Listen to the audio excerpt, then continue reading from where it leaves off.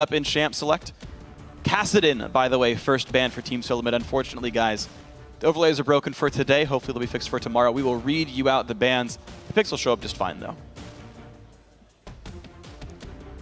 Yeah, I'm expecting a couple mid lane bans in this one. Or there's the alternate of just banning out the junglers so they can't assist the mid lane very heavily. Rek'Sai was the first ban for Winterfox.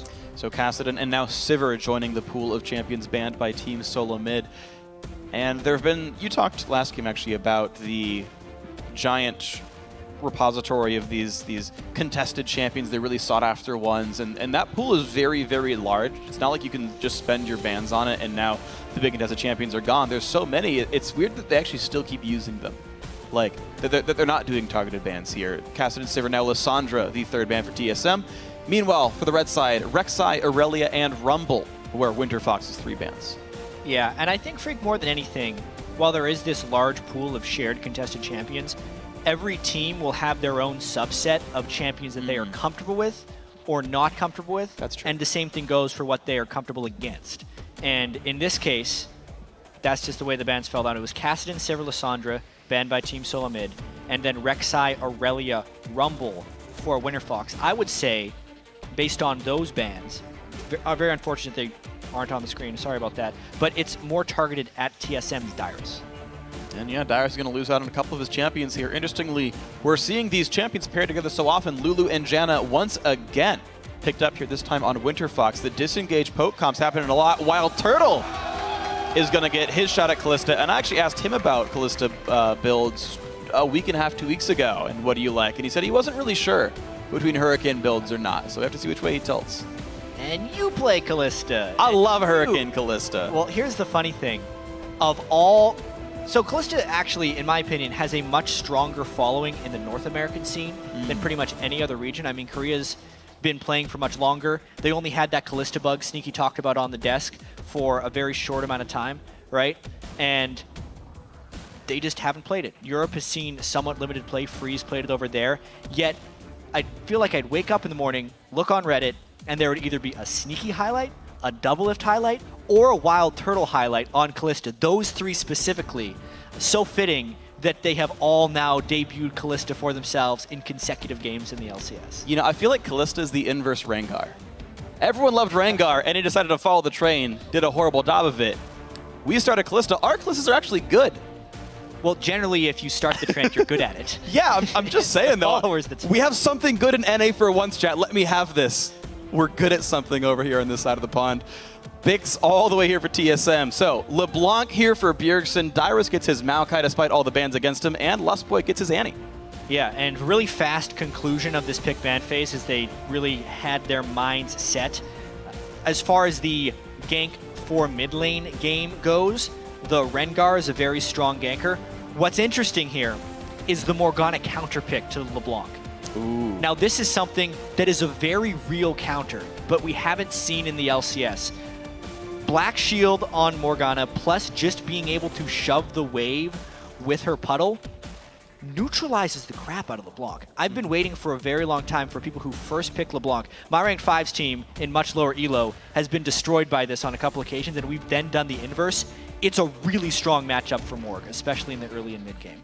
And I feel like Winterfox just took a page out of Starhorn Royal Club, by the way. You've got the Rengar jungle and a bunch of supports for an AD carry named Altec. This is the Tristana show. Like, true. Late game damage is coming from exactly one person, and it is one of the strongest AD carries in NA. Had a great performance last year on EG, even though the team didn't do so well. And you're going to hope for this guy to, again, put on a great performance here on this Tristana. It is Protect the Altec. He had a 500+ gold per minute game when he was playing on Sivir, and he even had a pretty good performance, if I remember, in their defeat. He was the only person to really get kills. So let's just put more power into that one guy while Winterfox still doesn't have their entire team together. Yeah. Doesn't seem like all that bad a strategy. We'll see if they can do it. The match is about to get underway, so head over to Twitter and vote for the team you think will be victorious. Send either hashtag TSM win or WFX win to @LOLesports.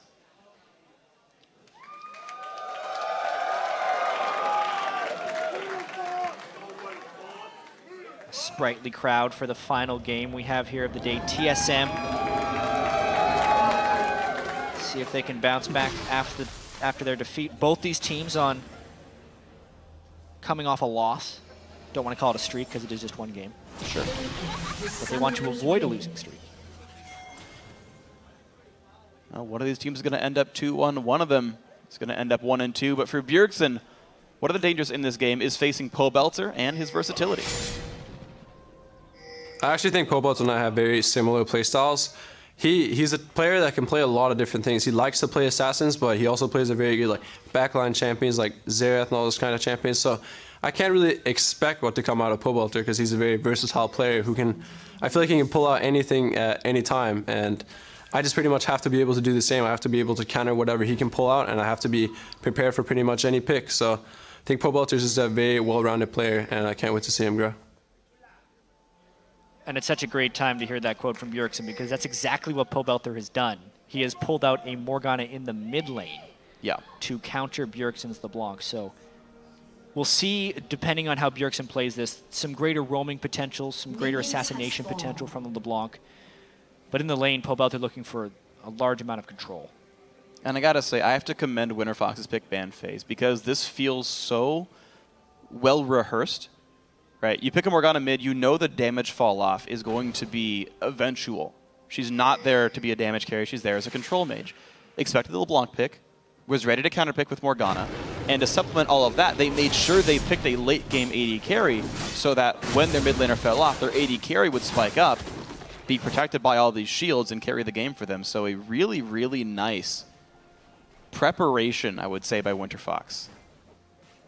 To have winning lanes and I would say a strong team comp on the back of it. Check out this early game invade, though, from TSM. It looks like Santorin's starting red buff, a la what St. Vicious did earlier. Then he'll try a gank mid and then go down for blue. But Pobelter, if he doesn't have Black Shield yet, he would be in trouble. He does have that not skilling up Dark Bind. Flash stun. But he didn't get off in time. There's the W, flashes the knockup, but it's going to be too little, too late. First blood goes to Bjergsen. Lustboy with the instant flash stun. He skilled up Incinerate on Annie, and Pobelter could not react in time to that. Also burning his flash, so that lane advantage counterpick edge he may have on Bjergsen gets set back a peg with that 3-man early game gank mid. And now with the supports running across to their various lanes to defend other people, you're seeing Dyrus getting to sit in a 1-versus-1 down to the bottom lane. Whereas Wildturtle, you've got to be afraid of him. No one's facing him at all. Experience advantage TSM.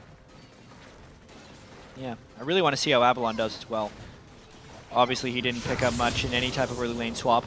Dyrus had the advantage of being able to take out a camp with saplings to get a level 2 on Maokai. Lulu is granted no such luxuries, so as good as Winterfox's competition may be, they have to not lose the early game. Lustboy with no flash this is could be successful. They're gonna wait all the time and then get the root. That's picked up while Turtle gets exhausted. The rend will not be enough, and Winterfox fires back.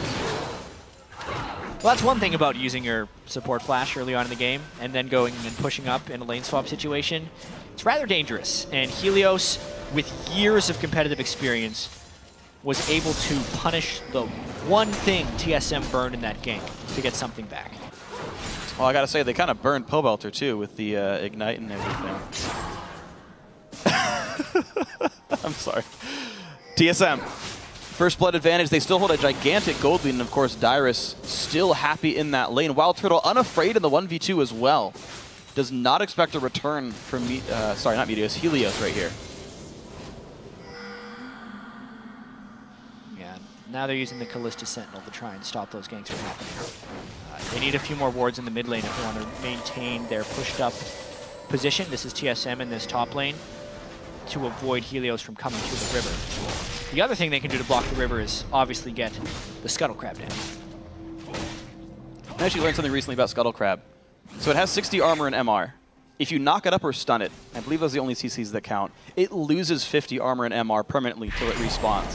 Which even though Jarvan's not the best single target damage dealer, because he can knock it up, it becomes 30-ish% easier to kill after EQing it, and then just shreds the darn thing.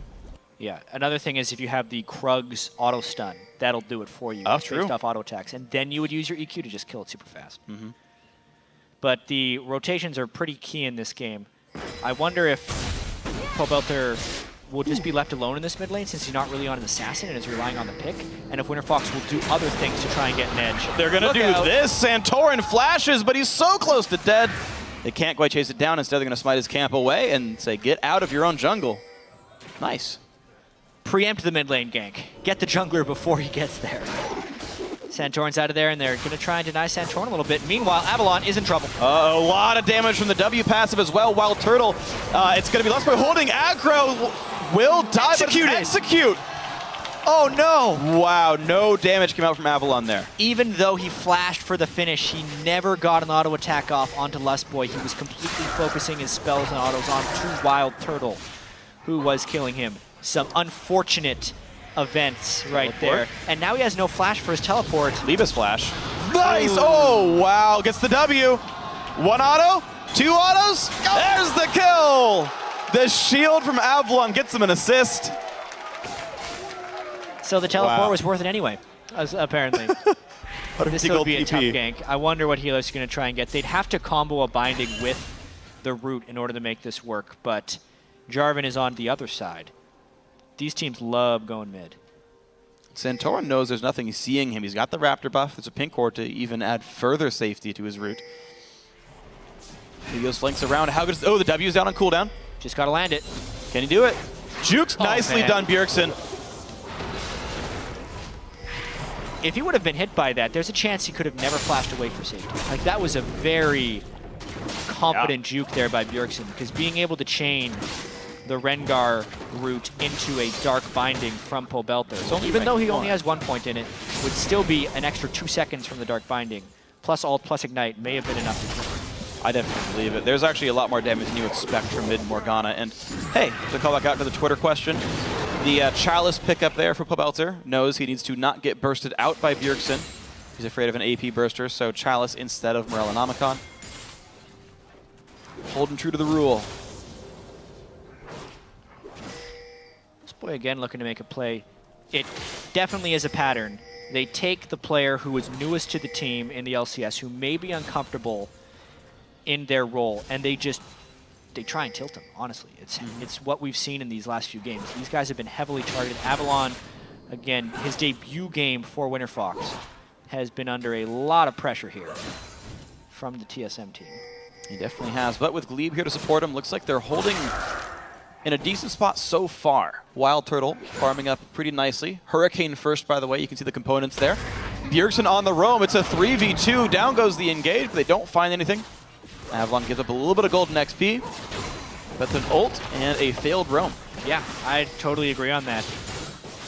You can see, though, Winterfox lacking in ward control. The fact that that roam was able to happen without Pobelter getting significant mid lane pressure. Because Pobelter was respecting the ganks so heavily, he was unwilling to push up that mid lane. It means Winterfox needs to get some map control. Speaking of map control, though, one thing that does surprise me, because I just saw Dyrus TP bot lane. You typically, at this point in the game, see the top laners walk top, hold their teleport, and prepare for a dragon fight. Avalon's TP is down. He's staying top lane. In fact, Gleeb's up there, too. Neither team seems very willing to push for a dragon, which you just tend to see in these lane swap scenarios. Well, we also tend to see this from TSM. If we're going to take 2 of their games as an example. They gave up the first several dragons against Cloud9 in their first game. And neither TSM nor Team 8 put much priority to it in Game 2 of the week. It is an objective that TSM doesn't care that much about early. It feels like. I think it's a fine way to play the game, for what it's worth. I just know that the ones that tend to be free, it's like you might as well. That's but true. Both teams, I think, gave the opportunity to allow a dragon. I think they're comfortable with the lane swaps, and the investment that they would take to do it backwards is just not worth it. That's because fair. they would lose the time and give up an edge that way. TSM wants Wildturtle to have farm. Winterfox wants Altec to have farm. And that is happening, of course. And to have a Tristana have an uneventful laning phase. Nice go. Very, very nice. Helios, hello. Gleeb and Avalon. Actually, as long as you hit it once, the move speed drops significantly, and you can usually get rid of that Sentinel before it reaches the brush, but just not quite hitting it in time. Out goes Helios. But yeah, as you were saying, with the lane swap scenarios, you're right. Altec getting a free lane on Tristana is plenty happy if you can ride out that early to mid-game lull Trist tends to have. But just keep in mind, TSM have all that free farm with Dyrus not being opposed in this lane, whereas Avalon is having a rough time. And I do really have to commend TSM for that early gank in the mid lane. Even though Lustboy later lost his life for burning Flash, the fact that it's allowed Bjergsen to win this matchup where he is counterpicked by the Morgana is because of that early pressure. And a TSM without Bjergsen is really not TSM. Just shows how worth that first game was. That was definitely beautiful. I really, really enjoyed it. In the Gravity game, we saw Saint unable to revisit after the Flash was burned.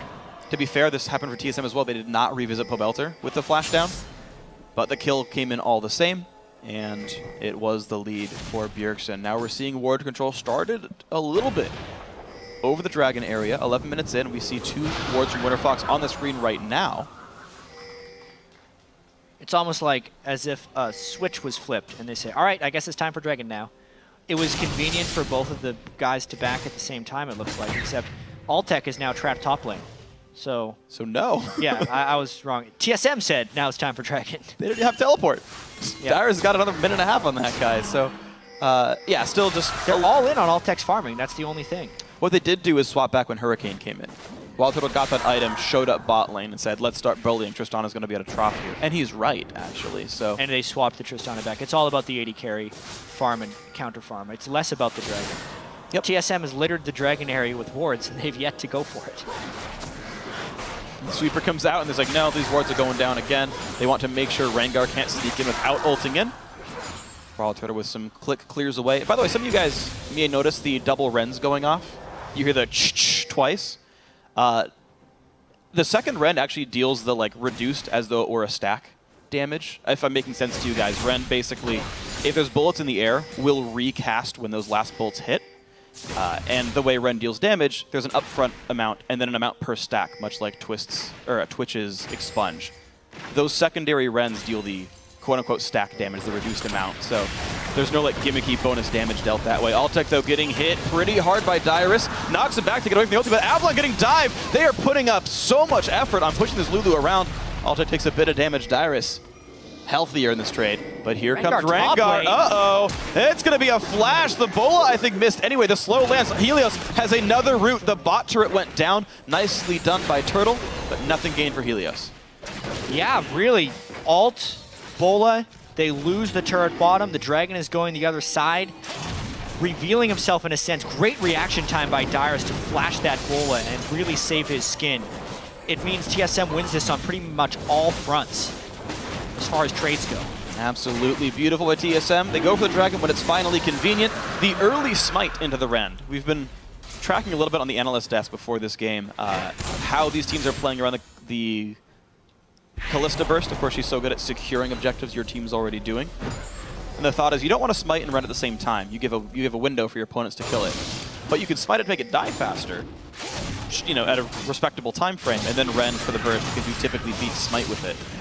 And so far, these teams are doing a good job of that specifically. Yeah. Yet to see a Kalista mess up the jungler smite or something. You're like, all right, I'm going to spike it, and they get too aggressive with it. The Bang gets less than 200 health. Right. I mean, that's basically what any jungler trying to steal the Dragon will do, is they'll just smite it early, hoping Kalista was trying to rend with that number and misjudged. Right. It is the only hope they have of stealing away from Kalista. I think that's what Impaler did, I believe, if I have a player right. Well, Dominate, I think. Yeah, Dominate did it against... the Kalista Healer. Yeah, C9, Sneaky. There we go. We got it together. And yeah, he smited it down to 500, hoping that there was an early rend or an early smite from either side. Didn't happen. Was secured by C9 in that game. It's a swap battle right here. They're only trying to deny the AD carry farm. Everyone's running away from the Kalista, but how long can you run when they can chase you like that? Wow, knock up into Tibbers. Avalon just has nowhere to go. The Rend, 2 more autos will do it, and Wildturtle gets the kill. Beautiful chase. Absolutely, Avalon had no backup. Helios, nowhere to be found. Even if he was there, he may have just found himself another death to Kalista's hand.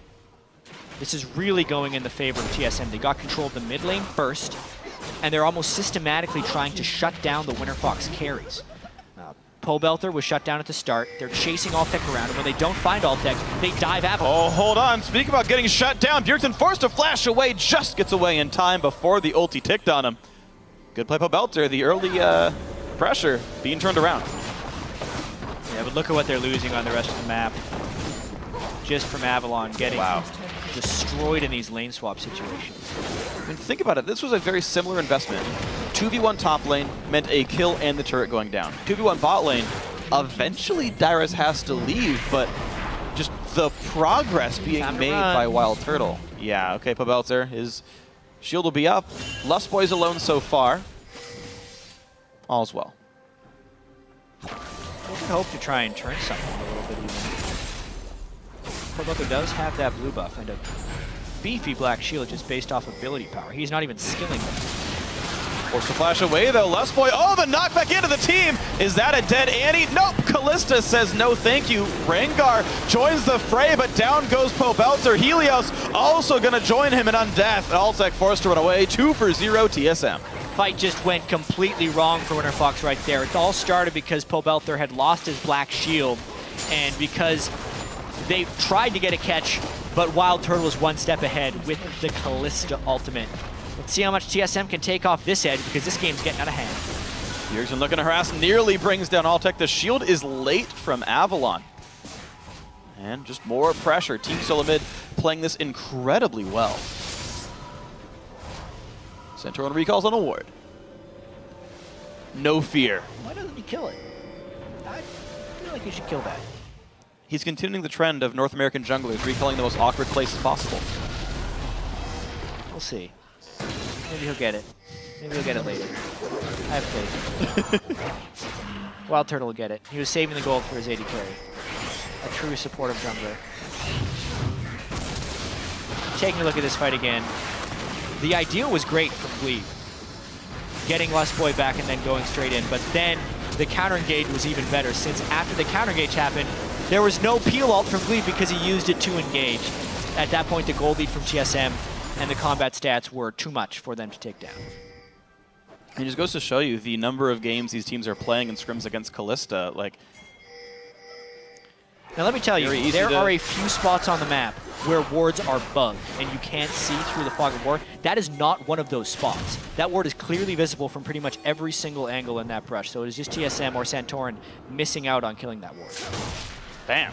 That one to destroy the Vengeance. And the only way you don't see a ward is if wards just basically draw lines. So if you can't have a straight line of vision, if a wall cuts it off, even if you're in the same brush as a ward, you won't be able to see it. Or wards only see a certain distance, and these bottom lane brushes are so long that you can have a pink ward at the very front of one. It doesn't mean the very back of the brush isn't warded, because the pink ward vision radius does not reach that far. Right. Just explaining ward vision a little bit. Right, of course. There's some confusion on the topic. Hey, I talked about Rend for a while, so can't really hate you for this one. Nice little poke. Belter takes a spear to the back of the head and backs up a little bit. Finds Dyrus, though. He's a bit over-aggressive. The whole team jumps in. It's a 1v4. Dyrus in the wrong place at the wrong time. Good pickup. That goes to Altec. Boy, did they burn a lot for that kill, though. But all is well that ends well. If Altec can get some farm, he needs to hit a few more item breakpoints, however, before he becomes a real threat. And that's the scary thing, is he's also up against an early Frozen Heart from Dyrus. He is being as tanky as possible. Oof, that's brutal. Yeah, Wildturtle's going to be carrying a lot of the damage burden here. Of course, Bjergsen can help as well. Looks like DFG is next. Thank you, Bjergsen. And now bot lane tier 2 under fire despite getting a kill. TSM completely in control of this map. They're getting a turret uncontested entirely. I mean, if we think about it, they've already burned all their damage to kill Maokai, so they don't even have, even if they had people here, they wouldn't have initiation threat to push off that turret. It was a smart map movement and lane to push by TSM, but it looked even better because Winterfox wasn't responding to it. Wow, and there we go, a blue buff on top of it. Just so much being gained. Bjergsen gets the buff himself. Team Solomid well in control. Now the dragon respawns. They're going to go for this one too. That should make it 2 dragons. Wildturtle leaves the pit early, and he's going to say, you know what? You can just whenever. No rush.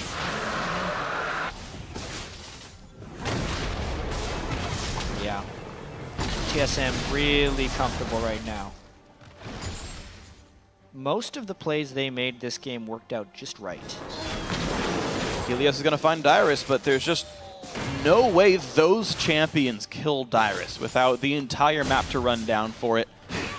Bjergsen able to easily wave clear. These lanes are all under control. Altec tries to push the bottom lane down, but there's room for TSM to sweep this wave back up.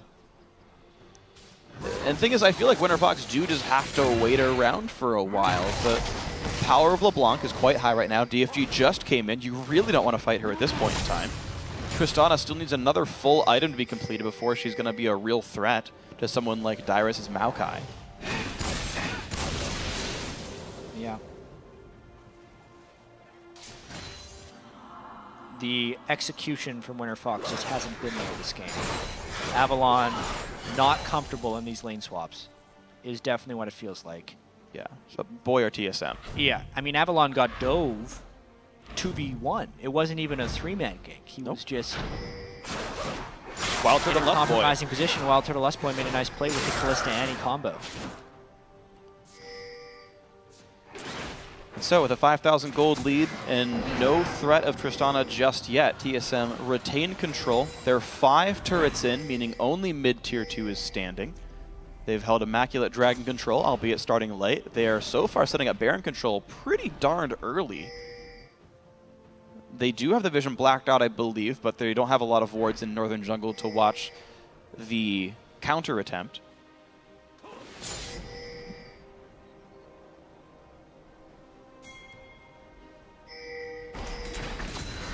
Right now, Winterfox just trying to keep their waves outside of the base. Winterfox isn't going to make any aggressive play unless they Definitely see another singular kill they can pick up, because that's the only way they get a little bit of a gold influx. They do have their inhibitor ring of turrets up. That's kind of their last defense at this point. I don't even know if they can stop the Baron. I mean, that's the mid lane, top lane Morgana damage, which is why we're seeing it more in solo lanes now.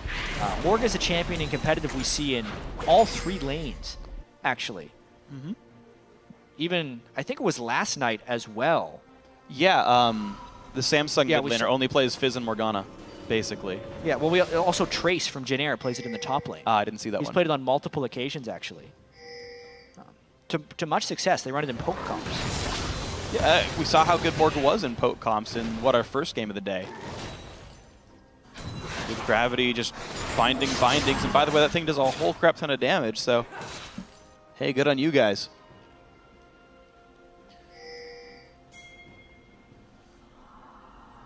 And now let's see. 5,000 gold lead. Holding pretty standard, actually. The minions are getting traded back and forth without contest, so it's really easy to wave clear back and forth. The question is, where does the ward control go from there? Because TSM are always clearing the waves first, getting the vision deeper in, requiring enemies to sit there and babysit the waves, and then wards come down when that happens. Baron control is getting rested farther and farther away. There's an aggressive pink ward. That's going to get rid of... Oh, sorry, that's just a regular ward. But the pink ward goes down. Now red buff's controlled by TSM. Now they've got a full screen away from Baron control. It's slowly getting worse. Yeah, that's the typical thing TSM is doing. They're just ward creep. Yep. They're trying to build their vision system into Winterfox territory. It will become easier if they can actually get down the one remaining middle tier turret from Winterfox. That is kind of the last vestige of Winterfox strength.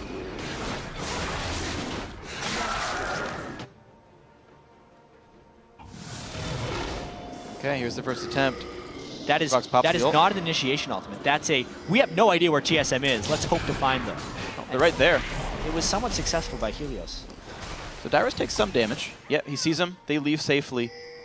Now, interestingly, Dyrus does not have, well, now he has a null magic manta, but almost had no magic resist at all. He actually took a decent chunk of health from the Morgana shots. Yeah, well, the fact is, Morgana has low late game damage and needs to focus it on the squishy targets. Oftentimes you'll see the Morg flash in and go. Without his Zhonya's, that's not even a possibility. And if he's bursting down Maokai, then okay, the carries from TSM would then proceed to destroy. Well, okay, so Helios in the middle of nowhere, forced to recall back. He was afraid TSM completely hold vision control. It's a Baron, they should be no wards. And now, does Winterfox choose to just rush down for an inhibitor as a trade for Baron? There's no way they can stop this. They are all going to send themselves to the bottom side of the map. TSM will get this Baron without contest. The question is, how much can Winterfox get as a payment for this? 1 turret. And I don't think they could hope for much more. This Baron was an inevitability based on TSM's map control and current team fight potential. Winterfox got the best they could out of this. 1 turret, the Baron was going down anyway. Now it's just a defense game. 3 minutes of defense until about 28:30 into the game. Baron buff is going to keep TSM ahead and able to siege against Winterfox. Despite their comp being a little bit short range, the Baron buff on minions should make this much easier for them. Quicksilver Sash grab by Wildturtle early on to make sure he doesn't drop down to Rengar Bolas or Morgana bindings. Yeah, Brutalizer as well. That's a new one. Yeah. Well, he knows there's not much armor being built on Winterfox, and if there's low armor values, the Brutalizer can be a better armor penetration item than the Last Whisper. True. And if he upgrades that into a Ghost Blade, then it gives him even more mobility on the super mobile Kalista. Yeah. I really can't hate on Yomu's Kalista. I can totally see it. Here's a Dragon attempt. And no worries at all for Wildturtle. Just going to make it look cool. He can solo this, of course, with plenty of lifesteal thanks to the Bloodthirster. Drafts into the Ruin King. Yeah, there you go. 2,000 damage rend, no problem. When you solo it, you get those stacks really quickly, so... Yep. It's actually easier to secure a Dragon when you solo it, because you can't get the Ren stacks up otherwise when everyone else helps you, so... Smart choice to let Wildturtle get it by himself. And now, still with Baron, but they look for their first inhibitor turret of the game on the bot lane. I wonder if they're feeling confident enough to flash in and go. Gleeb took plenty of damage. Yeah, it depends on the poke that Bjergsen can land, and Winterfox doesn't have much to hold this one back. Next wave, I think this goes down. Or even on this wave, they're going. This one they go in. Altec gets exploded! And it's going to be real bad. Pobelter now locked up as well. Will land a stun, poops up Dyrus a bit, but still, so much damage comes through the Zhonya's force. Belter is still sure to die. Does so to Lustboy, 2 for 0. Inhibitors theirs as well. TSM decides not to push this one farther, but I think they could have ended the game right there. Avalon is a glorified support at this point. It's 2 supports and a Rengar in the base, and TSM had 5 people with Baron minions. Slow and steady, I suppose, but TSM completely in control. They absolutely are. There's not much hope right now for Winterfox, especially when Altec dies first like that. Shield seemed to be on cooldown. Great play by Bjergsen and co to make that one happen. Nothing on the map to take except the Winterfox base here. So TSM, it is still on you with 15 seconds of Baron to push something else down. Top lane. Why not? Let's go. Maybe they need to wait for Wild. No, Wildturtle's only got 1,000 gold. They're going to pick up some buffs on the way. Obviously, Winterfox is going to try and farm this one out, but they've just fallen so far behind. The Morgana pick against the LeBlanc needs to win early. If you get to this point in the game, you can really see the lack of effectiveness. Morgana can't get through the tank line of Dyrus, and the team itself is not strong enough to go in if Pobelter did want to try and flash ult in. At this point, Bjergsen can just pick off Altec, and the rest of the team, Solomid, can pile in. Most likely, yeah. So TSM, they want the top lane. No Baron buff. The waves are slowly building up bot. It'll, I think, end up being a double wave by the time it reaches the dead inhibitor. Avalon forced to ult himself just for a simple rotation from Bjergsen. Not good. Yeah, Bjergsen's got his blue buff up as well. So, I mean, he's got 15 seconds at this point before he can do that again. So every wave, Bjergsen brings someone down to 1/3 health. And unless Pobelter predicts a binding and bursts the guy out, which, to be fair, is possible, I don't see anything going very well right now. Santorin passively farming by letting minions hit him. Clears the wave that way. The wave clear still holding on nicely. Lulu plus Tristana. The Yordle duo keeping the minions outside the base, but here's the big minion wave at the bottom lane right now. Winterfox has to react to this. That minion's going to crush a turret by itself. Yeah, well, these are trying to hold off this minion wave. Dyrus takes a bit of damage. Here's the fight. Altec does survive, thanks parse that everyone else. Pobelter goes in. The Zhonya's popped early, though. He's going to land this on an only Lustboy. He's going to trade his life support for mid laner. And now Wildturtle gets 1,000,000 damage off of the rest of Winterfox. Down goes Nexus turret number 1 from the wave. And it's a sort of late help by Winterfox. Of course, TSM forced them to hold mid. And this turret down to half. A decent stall there by Winterfox, but it's only going to be just that, a stall. I don't think we're seeing any kind of turnaround here as TSM continues to push in. There we go. Inhibitor number 2. The wave's going to get cleared quickly inside the base. Avalon does not have much to say for himself. Now top lane under fire as well. This could quickly be inhibitor number 3. Morgana is back up in 5 seconds. Rengar's here now. Dyrus at half. Wildturtle could be available. Winterfox do not want to go for it. No. Slow and steady this time for TSM. Even they got a really fast Kalista, especially if he finishes that. He almost goes, but we see Baron in 1 minute 30 seconds, Dragon in 1 minute 45. And honestly, this was just a good performance overall by Team Solomid, but not necessarily a differentiating one. This is another one of those games where, hey, they got Bjergsen going. Congratulations. He's able to take over the game on the block. On top of that, it was a nice showing from Wildturtle and Lustboy, pulling off this Kalista combo, which, if today is any indication, unless Altec is willing to add that to his champion pool as well, is going to start drawing bans across the league. Yeah. If you're not one of the 3 that seems to play it right now, Double Lift, Wildturtle. Oh. Sneaky. Good knockup by Avalon. Not going to be enough. Lustboy claims his 3rd kill of the game. Additionally, for Avalon, not a great debut by any stretch of the imagination. But once again, Winterfox has more roster issues than anyone else, especially from the language department. The whole game plan of this team when they were playing in Korea, they have a Korean coach. Pobelter speaks Korean. Everyone was going to play in Korean, and they'd have Altec as an English-speaking AD carry just hitting things because the AD carry requires the least communication of competitive roles. Yeah. But with Gleeb as a substitute, they can't do that. So they're playing in different languages right now, which is not the plan for this team's construction. TSM going for inhibitor number 3. Pobelter forced to flash away. Looks like the Nexus will stay alive for now, but TSM go aggressive. Altec, 1 hit from dead. Wildturtle sure to clean this fight up. Pobelter will be falling 2 for 0. On to the Nexus TSM goes. I don't see them being stopped here. Winterfox forced all the way back into their own base.